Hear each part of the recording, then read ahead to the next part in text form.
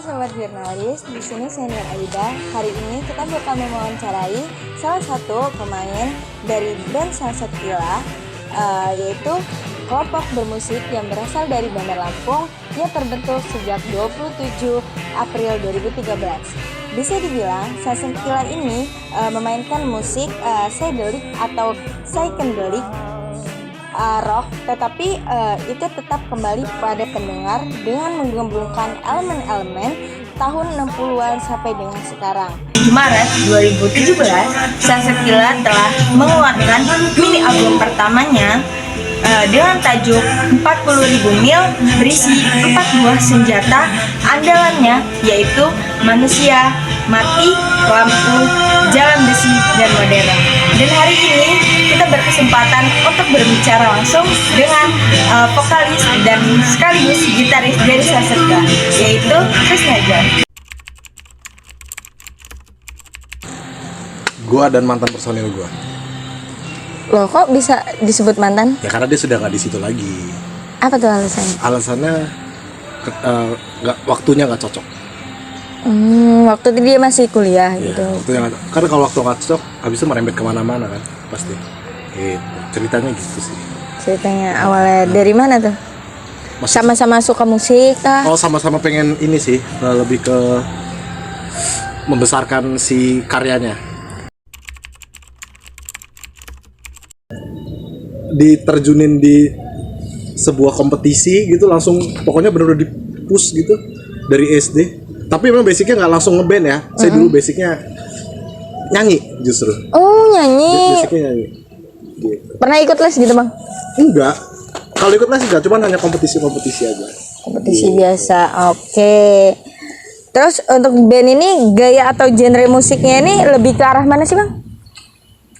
Lebih ke arah sebenarnya spesifikasinya mungkin psychedelic blues rock lah. Kenapa Abang lebih milih secondary rock ini? Apa? Tertarik ke genre ini nih kenapa? Mungkin karena saya musik direkturnya gitu loh. Musik direktur saya tuh dari lama banget lumayan apa ya? Ya, lumayan mendalami blues. Gitu. Makanya saya sekarang lagi mencoba gerakin solo project saya lagi kan, yang benar-benar pure blues gitu. Itu sendiri? Itu sendiri solo blues. Tidak. Kenapa nggak ngajak Yang band? lain? Ya, yang lain. Ya memang itu khusus untuk saya aja. Lagi mau ke solo aja. Ya, mengeluarkan imajinasi yang nggak bisa saya tumpahin di Sunset Killa, saya tumpahin di solo saya. Oke.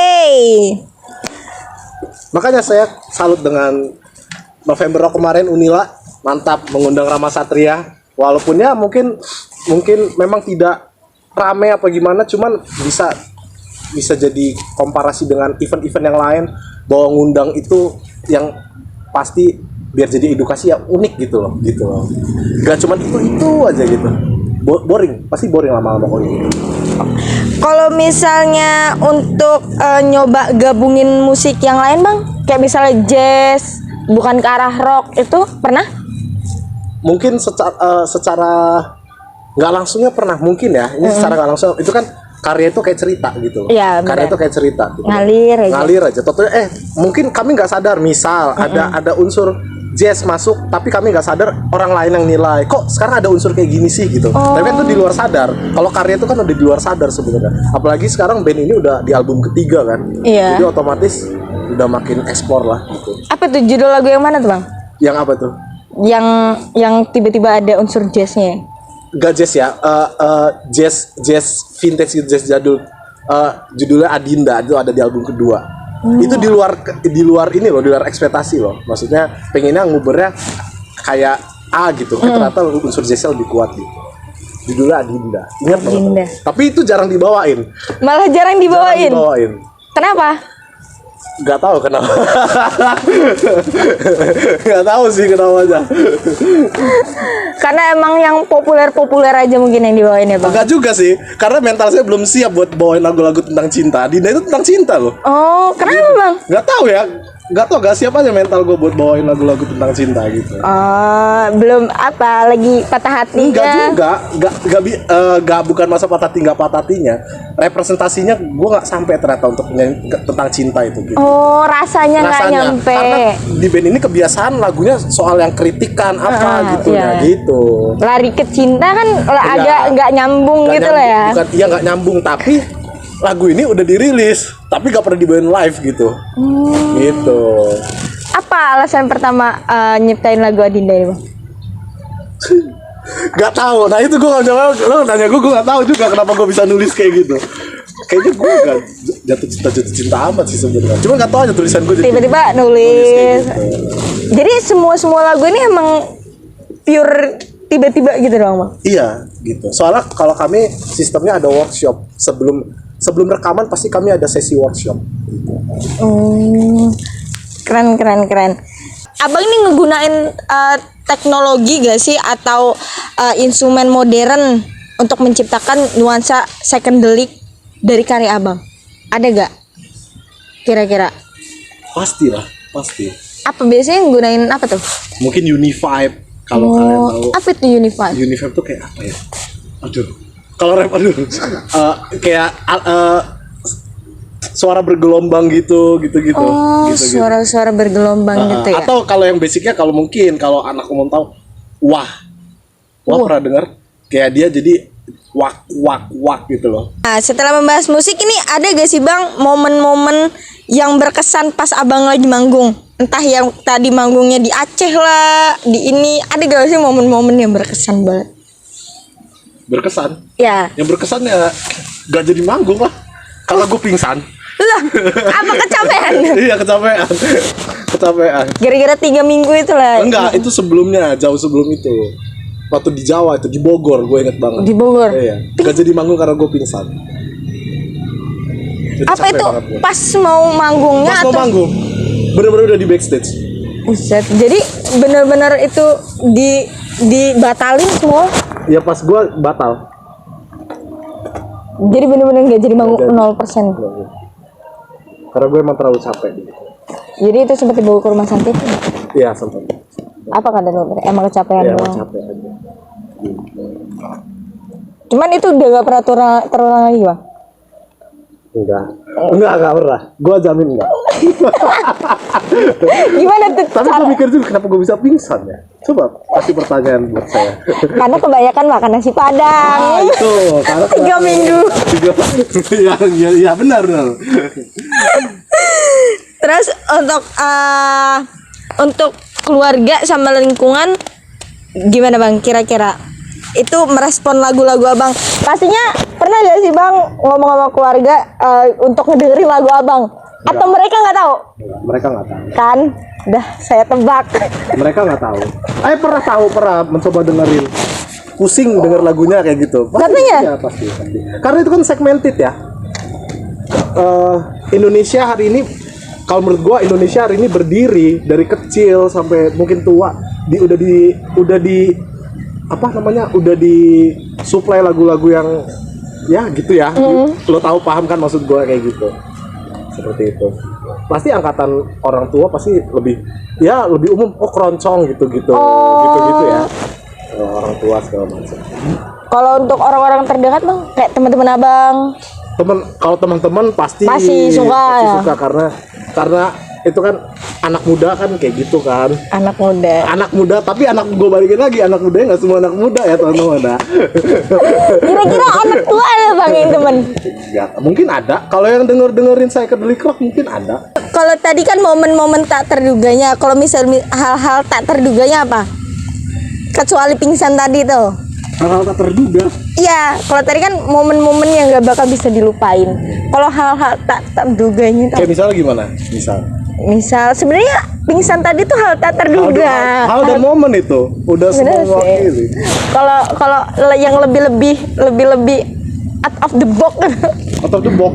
Mungkin gue ngelempar gitar. Pernah di panggung. Terus nyesel gue. Patah. Ya. Patah. Itu gitar kesayangan. Karena 2 harinya lagi gue harus manggung. Jadi pakai gitar siapa? Minjem. Kan gak enak gak sih Bang? Gak enak dong, bukan pegangan kita. Benar sih. Terus kita harus utang nyawa kan sama yang minjemin gitar itu. Enggak sih, enggak utang nyawa juga. Tapi untungnya tuh gitar gak kena orang lah ya. Enggak. Kalau kena orang Ya udah. bukan utang nyawa lagi, utang duit. Sebelum manggung ada gak sih Bang ritual-ritual yang dilakuin gitu kan? Biasanya kalau kita manggung deg-degan gitu kan. Atau Oh iya. apa? Kalau gua biasanya ritualnya menyendiri. Wede menyendiri. Bohong gak nih? Hah? Agak menyendiri kemana gitu. Habis itu mungkin dengerin idola gua di YouTube mungkin. Siapa tuh kira-kira idolanya? Biar naikin mood aja. Ya siapa aja random yang lagi pengen gue denger. Misalnya Elvi Sukaisi gitu. Enggak, bercanda gua. Enggak bercanda. Tadinya ternyata Elvi Sukaisi Ya. membangkitkan aura blues loh. Ternyata Happy Asmara juga ngebagi. Happy Asmara juga. Ayu Ting Ting nggak nih? Ayu Ting Ting juga. Kalau kisah perjuangan abang untuk nyampe pada posisi yang sekarang ini, Oh, jatuh bangun aku. Jatuh bangun ini gimana nih? perjuangan mah masih lah sampai hari ini perjuangan. Hidup itu kan adalah sebuah perjuangan, teman-teman. Betul teman-teman. Jadi kita jangan besar Kalau kepala. kalau sampai di titik ini, gua rasa belum ada kata titik ya, karena gua juga belum puas. Masih mau Ada salah satu omongan gua mungkin lalat mungkin harus diralat. Ada salah satu musisi seniman besar. Selama lu masih hidup, selama karya lu masih membara api lu ngebuat karya yang bener-bener lu mau, lu nggak ada kata titik sampai lu mati. Gitu. Bijak kan kata-kata gua? Tapi sebelumnya pernah gak sih bang jatuh di posisi yang benar-benar jatuh? Kan pasti kita ada jatuhnya kan kalau Ini ngebangun. jatuh sekarang menurut gua album ketiga salah satu yang main jatuh sih. Kenapa tuh? Karena gak laku. Oh, Fisik yang udah dibuat tuh nggak laku. Itu menurut gua adalah sebuah jatuh itu. Dinda ini? Enggak, Bukan. setelahnya. Itu menurut gua jatuh. Sebuah hal yang lo udah buat dan nggak laku itu jatuh menurut gua. Kalau misal untuk komentar-komentar buruk gitu bang tentang Iya banyak dong. Entah kritikan gua terlalu pedas, entah gimana di lagu itu gitu. oh itu ada. Ada lah. Tapi memang tidak secara online ya, tapi secara offline. Misal ketemu, lagu lu kok sekarang pedes-pedes bener sih gini ya gitu ya. Tapi malah makin terpacu, makin berani lah ya bang ya. Ya kalau berani mungkin ada sisi gua, anjir gua harus stop nih, gua nggak berani. Mungkin iya ada di situ ya. Cuman ternyata semangat gue tuh masih kesana gitu loh. Kalau ada bahasa gini, kayaknya gue dikutuk deh. Nah gitu. Motivasi diri abang untuk tetap berkarya. Apa sih yang buat abang termotivasi? Gak ada sih. Kalau motivasi sekarang udah gak ada. Kalau dulu? Sama. Ternyata yang gue temuin sekarang di perjalanannya adalah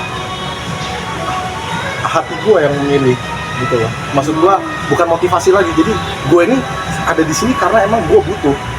Gue mau ada media. Gue butuh ngeluarin. Bukan motivasi lagi.